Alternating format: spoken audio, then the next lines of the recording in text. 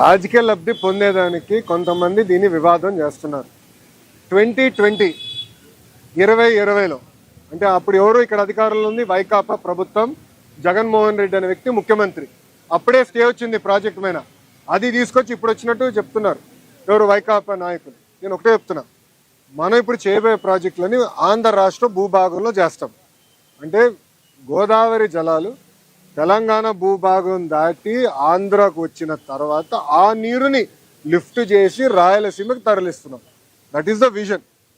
అంతేగాని తెలంగాణ ప్రాజెక్ట్ చిల్లు ఎవడు పెట్టట్లే కదా భయ్, కామన్ సెన్స్. నేను ఇప్పుడు ఏమన్నానంటే, మీరు చూస్తారు వరదలు వచ్చినప్పుడు వేలాది టీఎంసీ సముద్రంలోకి వెళ్తుంది. ఎందుకు పంపించాలంటున్నా, ఒక టీఎంసీ కోసం రాష్ట్రాల మధ్యన యుద్ధాలు జరిగినాయి. ఒక 10 టీఎంసీల కోసం దేశాల మధ్యన, ఆఫ్రికాలో దేశాల మధ్యన యుద్ధాలు జరుగుతున్నాయి. అలాంటిది వేల టీఎంసీలు సముద్రంలోకి వెళ్తుంది.